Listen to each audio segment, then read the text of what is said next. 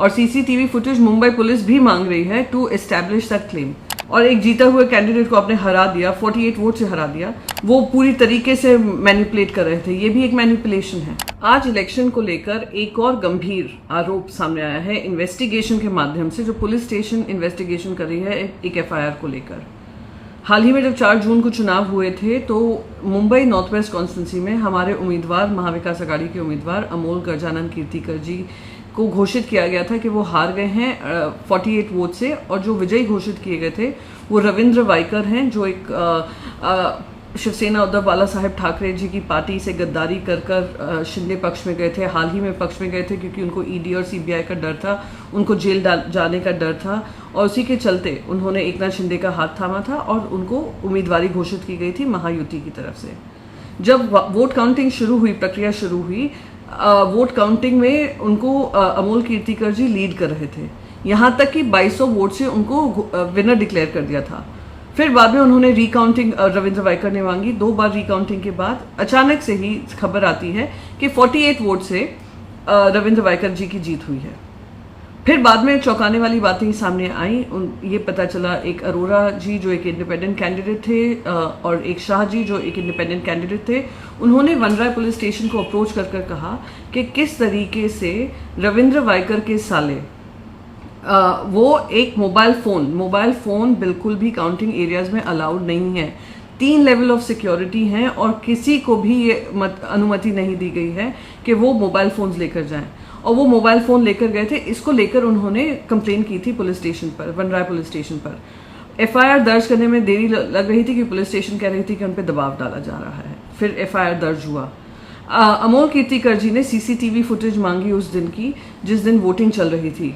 77 cameras हैं और उनका अधिकार बनता है कि सीसीटीवी फुटेज वो मांग सकते हैं, पर उनको वो सीसीटीवी फुटेज डिनाई कर दिया गया।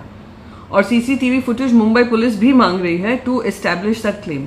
पर खैर, इन्वेस्टिगेशन में अब सामने ये आ रहा है कि ये जो मोबाइल फ़ोन था उस पर OTP, वन टाइम पासवर्ड जो होता है, OTP आ रहा था। और जो मंगेश पांडलीकर हैं, जो उनके साले हैं, उनके साथ एक और जन पे एफआईआर दर्ज हुई है। वो है दिनेश गुर्रव। दिनेश गुर्रव कौन है?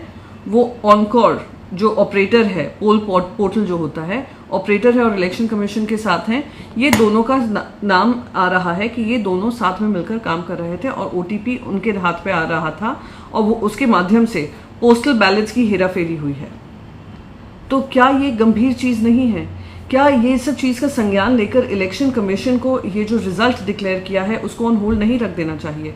क्या इलेक्शन कमीशन की जिम्मेदारी नहीं बनती है कि अगर हम फ्री एंड फेयर निष्पक्ष चुनाव की बात करते हैं तो अगर इस तरीके की इन्वेस्टिगेशन, और वो भी मुंबई पुलिस में, यहाँ पे कुछ भी अपना नहीं बोल रही हूँ, मुंबई पुलिस की इन्वेस्टिगेशन बता रही है, तो इस पर कार्रवाई होनी चाहिए। क्या ये सही होगा कि अभी तक जो कंट्रोवर्सी चल रही है इन्वेस्टिगेशन के जो दायरे में है और एक जीता हुए कैंडिडेट को आपने हरा दिया, 48 वोट से हरा दिया, क्या उसकी इन्वेस्टिगेशन खत्म ना होने तक क्या रविंद्र वाइकर को ओथ लेना लाजमी होगा? और मैं कहती हूँ अगर इलेक्शन कमीशन फिर भी इसमें विफल रहा तो कोर्ट्स तो हैं ही, हम जुडिशरी से उम्मीद करेंगे कि जुडिशरी इसमें स्टेप इन कर जो सही है काम करे। जैसे कि चंडीगढ़ का जो मेयर चुनाव हुआ था, सीसीटीवी के सामने दिख रहा था कैसे अनिल मसीह जो हैं वो पूरी तरीके से मैनिपुलेट कर रहे थे। ये भी एक मैनिपुलेशन है।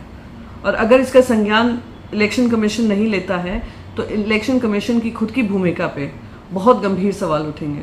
मैं उम्मीद करती हूँ कि इलेक्शन कमीशन इसका संज्ञान लेकर इस पे कठोर कार्रवाई करेंगे और एक देश में जो निष्पक्ष चुनाव होने चाहिए उसकी निष्पक्षता को बरकरार रखेंगे। धन्यवाद। जय हिंद।